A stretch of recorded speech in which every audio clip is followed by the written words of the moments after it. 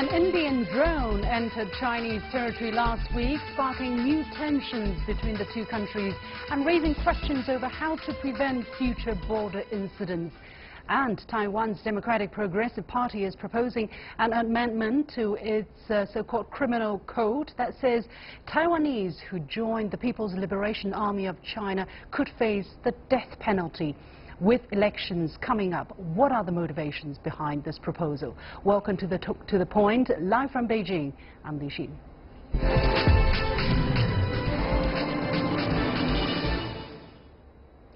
Foreign ministers from China, India and Russia met in New Delhi on Monday in their latest round of trilateral talks.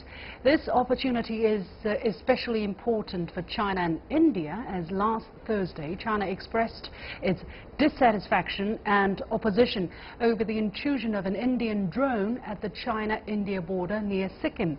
This comes as the two sides recently resolved a standoff that lasted over 2 months near Donglang in the same region.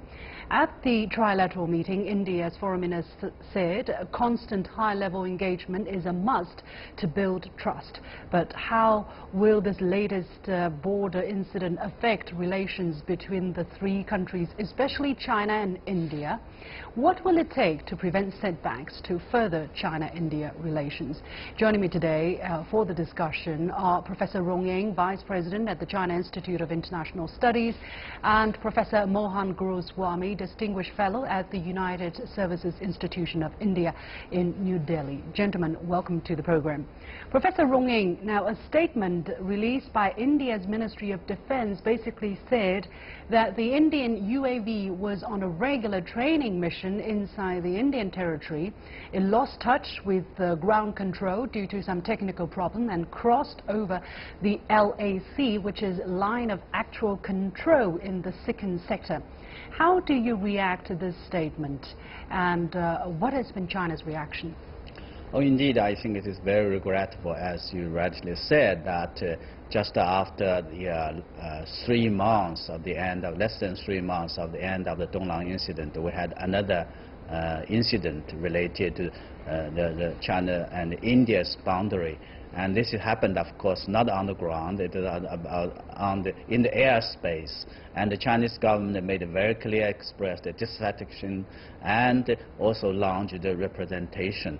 And also, I think it requested, actually, India to stop flying drones near and to the Chinese, to the border. So this is, I think, incident as China and India working very hard to normalize its relationship, to make sure to dispel the mistrust and to better manage the incidents along the border. This is the least, I mean, we would like to have. Professor Guruswamy, how do you explain the wording, the use of line of actual control instead of border in the Indian statement, both from the Ministry of Defense and from the Ministry of Foreign Affairs? Because both China and India don't have a border. We don't have an agreed border. What we have are lines of actual control. Sometimes the perception of the lines vary. Sometimes our line is ahead of the Chinese line. So that's where we have problems. But you know, we have no formalized border. And that has been the case ever since both countries came into being after the Civil War and after independence. So given that, as it may be, but this business of drone, I think, you know, is hugely exaggerated. The government of India, the defense minister, is admitting that it was our drone and it went out of control. There were technical problems. They couldn't control it, so they couldn't bring it back, and it crashed in China. So nobody's denying it. There was a drone flying and it crashed. Professor and it's an unmanned plane, and you know, our treaties allow... sorry. Yeah. Go ahead. Yeah, sorry, I was just asking Professor Rong to react to what you said. First of all, that there's never been an agreement concerning the demarcation of the border in that section. Is that China's take here? No, this is being totally wrong. I think China's position is very clear. And if there's any misunderstanding about this issue. I think after Donglang incident, the position is even much clearer. I have to say that it is true, yes, China and India boundary has not been demarcated, but this part of section of boundary, the Sikkim section, is being demarcated, and this is being agreed upon. That is why we thought that I feel, and I think my government feel very sorry for that when this happened, that we're talking about the so-called LAC. But the question is that even though there are differences, I think, between the perception of the boundary, what is more important is that we have an agreement how to maintain peace and tranquility on the border areas. So I think flying a drone so close to the boundary is something very unnecessary and provocative, and it certainly does not conform the interest, the common interest to maintain peace and tranquility along the border. Sure, I mean, if the drone is flying further away from the border, it wouldn't fall off into Chinese territory so easily. Professor Guruswamy, what is your reaction to Mr. Rong's answer? No, that is an assumption. That's an assumption you're making. I think Professor is making two assumptions. One is Sikkim is a part of India, and the Sikkim-China border, Sikkim-Tibet border, has not been demarcated. And there have been disputes on that border also. There's a dispute between the Bhutanese and the Chinese on the Bhutan-Tibet border, and that is where the Dongnam incident took place. And Indian drones, you know, we don't know how close to the border it was flying. It went out of control. India is admitting to that. But to say that it was flying very close, doesn't matter even if it was flying 100 yards within the border. It was flying 100 yards in Indian territory. It went out of control. It went and crashed. Is India denying that? India is saying no. It happened. These things happen. Sometimes Chinese helicopters cross over India. And we tell the Chinese, your helicopters came over. Sometimes Chinese planes come over. So I don't think every small incident like this, which are due to technical errors or human errors, can be exaggerated like this. Professor and made into a big incident. After all, it's an unmanned plane. China has lots of unmanned planes. China should actually be happy that they've got an Indian drone landing in its territory. You know what sensors we have. You can get a lot of secrets out of it also. But you know, you're making much out of something which is very trivial and small.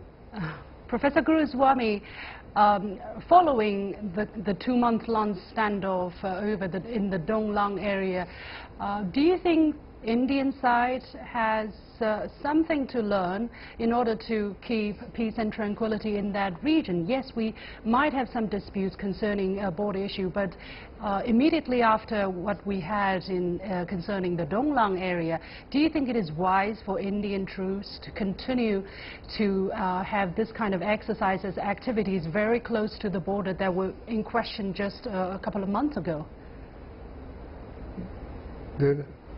There is much to learn for both sides, China included. There's not only for us to learn lessons. Both sides, both countries have learned to live with each other and live with each other's perceptions of what they think are their interests. Chinese troops are still there on the border. Chinese troops, we've got more troops in Donglang area now than you had before. Our troops have fallen back to our side of the LAC, and there's Bhutan in between. And when the Bhutanese want, you know, they will call us, if they want. But that's Bhutanese territory, and we are bound by treaty to come to Bhutan's assistance when they ask you. But to say that, you know, we are there provocating because we are there on our side of the border, you don't want us to be on our side of the border, you don't want us to do exercises on our side of the border, you're doing it on your side all the time. You're building roads, you're building encampments, you even Professor got Rong, now yes, let me ask Professor Rong to react to what you just said. Sitting on the Donglang line. Yeah. Professor Rong, what is your take here? We have to really go back what happened, I mean, in June, and what action and which side provoked that incident. The Chinese side was building a road in Chinese territory, and nothing wrong. And the Chinese side informed the Indian side well in advance of what we are going to do, what the intention of that, and what we got. We got the illegally crossing the boundary, I mean the demarcated boundary, and we got an excuse, I mean based on that it is for the consultation or for the sake of Bhutan, which is another sovereign state. So I thought that India got a lot of lessons, good lesson to learn, and that's why but despite that, I think the two sides managed to find a way to solve this issue in a mature way. Now we have another incident. And I hope, I hope that the Indian side will really learn a good lesson. And these are the issues, are very contentious issues. Yes. And the Chinese have been reasonably asked that the Indian side should stop flying drones so close to the boundary, so that this incident would not happen. Because when this incident happened, we're going to have a problem. Right. Put the pressure and add on the relationship. Then in the end, I think who is going to benefit? Yeah, I think it's an endless discussion if we want to say who is right, who is wrong, because nobody is going to admit that they did anything wrong. I know, but I what know. about these trilateral you will keep flying meetings? Drones, you will keep building roads, and that will be the... Indeed. What about these trilateral meetings? I think the Chinese foreign minister made... Yes, Professor Guruswamy, I wanted to ask you. Took place in Delhi today. It was very good. Yeah, I wanted to ask you, what do you think of the trilateral meeting between the three... Very good statement. Between the foreign ministers of the three countries. Do you think that's going to make some... Yeah, go ahead, please. Sorry about that. It was very good. The meeting was very good. The response in India has been very good to it. The response to the Chinese foreign minister's statement has been very good. And he has been very positive on this. He said both countries have to learn to live with each other, and elephants and dragons can dance together. That's what we're going to teach the world, and which is good. It's a good thing for us too. We and Chinese should learn to dance with each other and do business with each other, live together and prosper together. Yeah. And I think both of us have many interests together, and these things are stressed today. Then, let small incidents go, out of proportion. Right. Professor Rong Ing, your final take, 30 seconds, please. Oh, yeah, I think the three countries, China, Russia, and India, are all very important countries in the region and in the world. And the continued and close consultations on major international and regional issues helps the three countries, but more importantly for the peace and stability in the region. I'm also very pleased to learn that if you look at the joint communique and what is coming out, that they will continue to strengthen their consultations and cooperation for the common good of the region and also the world. So I thought it is a very positive news, and I only hope that they will continue to work more to build up more trust to help find the ways to solve and manage their differences. Thank you very much, Professor Rong Ing, Vice President at the China Institute of International Studies, and Professor Mohan Guruswamy, Distinguished Fellow at the United Services Institution of India in New Delhi. And here is my point, my opinion. Intrusion into another country, whether by machine or by personnel, is unacceptable under international law, whether it is intentional or because of a technical snag. The Indian side acknowledged that its drone entered Chinese territory but offered no apology before demanding the Chinese side return it, triggering a very harsh reaction from the Chinese public once again. Now, the Chinese public's perception has been, after the Doklam or Donglang standoff in the same region, the Indian side is making the same mistake.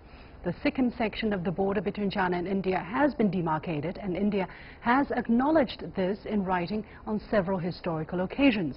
To call the demarcated border line of actual control is to say the border is still in dispute, which is clearly unacceptable for China. The Indian foreign minister this time talked about needing constant meetings between foreign ministers of both countries in order to build trust. But without respecting historic commitments made by one's own government, it's going to be very difficult to achieve that. But still, constant meeting will make some difference, and step by step, hopefully more trust can be built among China and India and other countries in the world. That's, you are watching The Point with me, Lu Xin. We'll take a short break and we'll be back right after this. One legislator in the ruling Democratic Progressive Party of Taiwan, led by Tsai Ing-wen, is proposing a so-called draft amendment to the Criminal Code of Taiwan that says any Taiwanese who join the People's Liberation Army of China could face the death penalty. The proposal also referred to the Chinese mainland as the one and only enemy of Taiwan. Now that the proposal has passed its first reading in Taiwan's legislative body, what future steps could it go through? And with Tsai Ing-wen and the DPP, or Progressive Democratic Party, support rate declining and local elections just around the corner in 2018, what are the considerations behind this draft amendment, and how is the Taiwanese public reacting to it? Joining me for the discussion are Wang Yuqing, a Taiwanese PhD candidate pursuing his studies at Peking University, who is joining the Communist Party of China, and Joanna Lei, a former Taiwan legislator. Welcome to both of you. Joanna, give us the details first of this legislation. What exactly is this piece of legislation really about?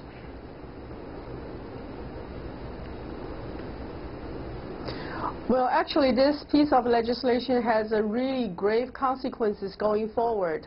One thing, you made a fundamental proposal to change the definition of treason to colluding with foreign state to colluding with foreign state or enemy. By so doing, he has expanded the boundary of what colluding with a foreign state during war or near war situation can be and should be.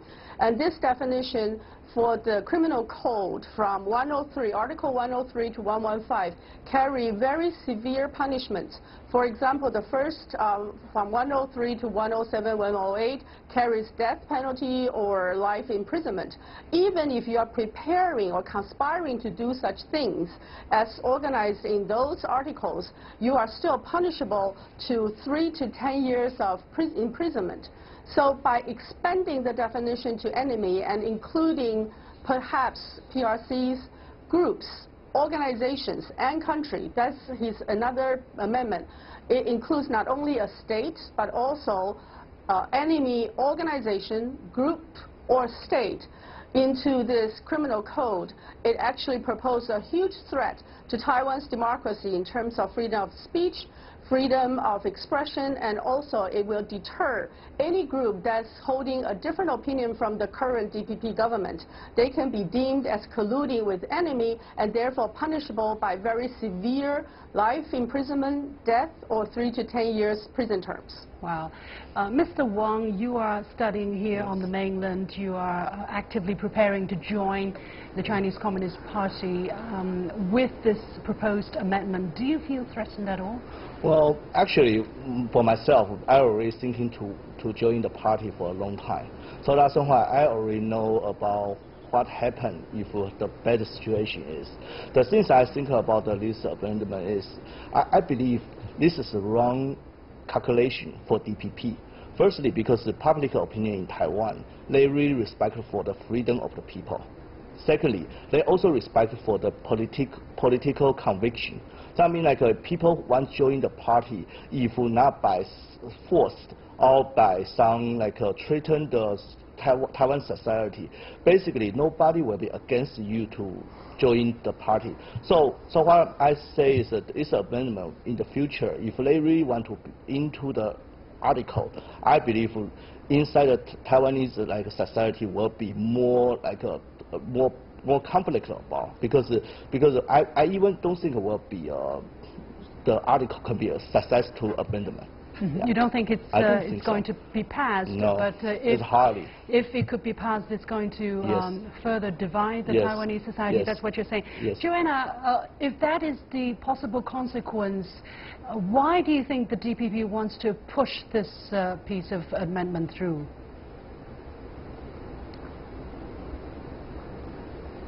Well, one thing, you made it very clear. He felt that some of the organizations holding different opinions from the current DPP government should be punishable by more severe penal codes. Therefore, he's proposing this amendment. And also, let me just add a piece of legislative reality. This has already passed the Judiciary and Organic Laws Committee. It will now be subject to the approval by the floor. So it will be sent to the floor for the second and the third reading. The second reading is a real reading. People can debate back and forth. But DPP holds majority in the floor. And the third reading is basically just verbatim, literally amendments on words. So once it passed the first reading in the committee, basically the power of the party will take over, and DPP currently has majority rule in the legislative yuan, so it has a very high likelihood to pass unless there are overwhelming objection by the people. So that's one. Secondly, this is clearly directed to people who are more friendly to PRC, extremely clear, and it's designed to send out deterrence and threats to those people who do not hold the same view of cross-strait relations as the current DPP government. But what is the public opinion at this moment? Do they have the majority support of the Taiwanese people on such hostility towards the mainland? Joanna? Well, the reality is there are millions of Taiwanese in mainland China. If mainland China decides to take the same position against Taiwanese in mainland China, just imagine what consequences that may be. So there are a lot of public outcry. However, it hasn't gathered into a political strength in the legislative yuan. For example, this amendment has been pushed back by KMT 8 times, but the 9th time it passed. So there aren't sufficient political clout in the legislative yuan to deter or to stop people like Wang Dingyu to push through this kind of really hate crime kind of legislature. Wang Yiqing, how do you look at the kind of challenges that Joanna has pointed out for us, even if a lot of people, ordinary Taiwanese people, would be against it? And as you have told me before the show, about 1 million Taiwanese are joining the Communist Party of China as an indication of the kind of growing support and feeling of identity with the mainland. What can be done for this legislation to really be aborted at a critical stage? Okay, what I know is, firstly, the DPP is the ruling party. Remember, the people in Taiwan mostly really is not very friendly for ruling party. So in the situation right now, in the local people, when they see this kind of hatred, like a rule, like making an amendment, really they feel really kind of very against. We can see like right now they have another rule in just passed couple of days ago.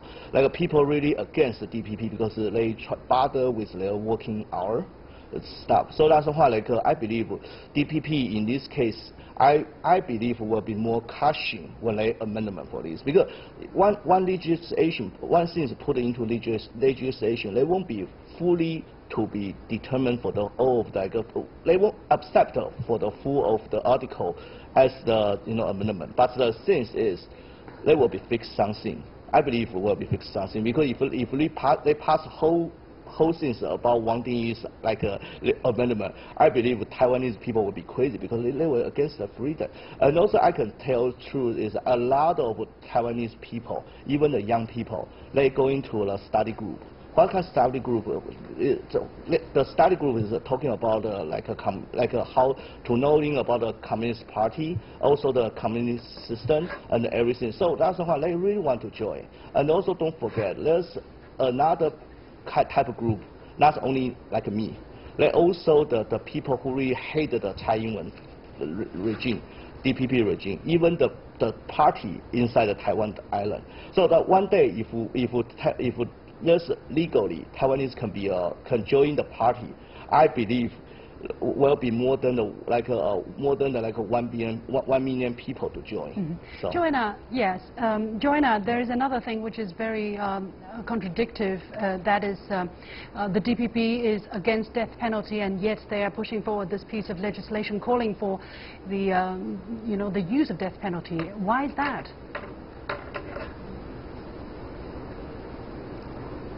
Well, I think the fundamental is the piece of legislature, the original codes were designed for a warring state or near warring state. So during war, if you collude with a foreign state, certainly it's punishable by death or life imprisonment. However, when Wang Dingyu expand the definition to not only redefine what war and warring state might be, but also include other groups, organizations to be enemy of Taiwan, then it's opening a whole can of worms, and it's widening the potential use of death penalty to an extreme state. And that is certainly not being approved by the people, nor will it be approved or welcomed by most of the people. However, let me add, KMT doesn't have a majority in the legislative yuan. So if you talk about rule by law, then DPP has the ability to pass through these legislatures and make it into law applicable to people in the land. We keep a close watch on the situation. Many thanks to our two guests, Wang Yuqing, a Taiwanese PhD candidate pursuing his studies at Peking University, and Joanna Lei, a former Taiwan legislator. And finally, my last point, the so-called legislative amendment to the Criminal Code of Taiwan called the mainland an enemy and proposed to punish Taiwanese people who join the army on the mainland with the death penalty or life imprisonment. It also proposes to punish people who leak confidential information to the mainland with 3 to 10 years in prison. And what is the definition of this kind of behavior is not known. The main idea is to create terror, intimidate those who want to maintain close ties with the mainland, and deter those who have already made bold steps, such as our guest Wang Yuqing, who is preparing to join the Communist Party of China. The so-called amendment doesn't contain any wording referring to splitting China, but by threatening those who support integration, the DPP is trying to build an ideological war of terror between the people of Taiwan and the mainland. Can such a war separate compatriots from integrating with one another? Can such a war cover up the declining popular support for the DPP? Can such a war bring the development that the Taiwanese people urgently need? I believe the answer is more than clear. That's it for this edition of The Point with me, Liu Xin. Download the application called CGTN Live to watch our show on your mobile devices, or go to YouTube and look for CGTN The Point. Follow me on Facebook or Twitter using the handle The Point with Alex. Thanks for watching. You've got The Point.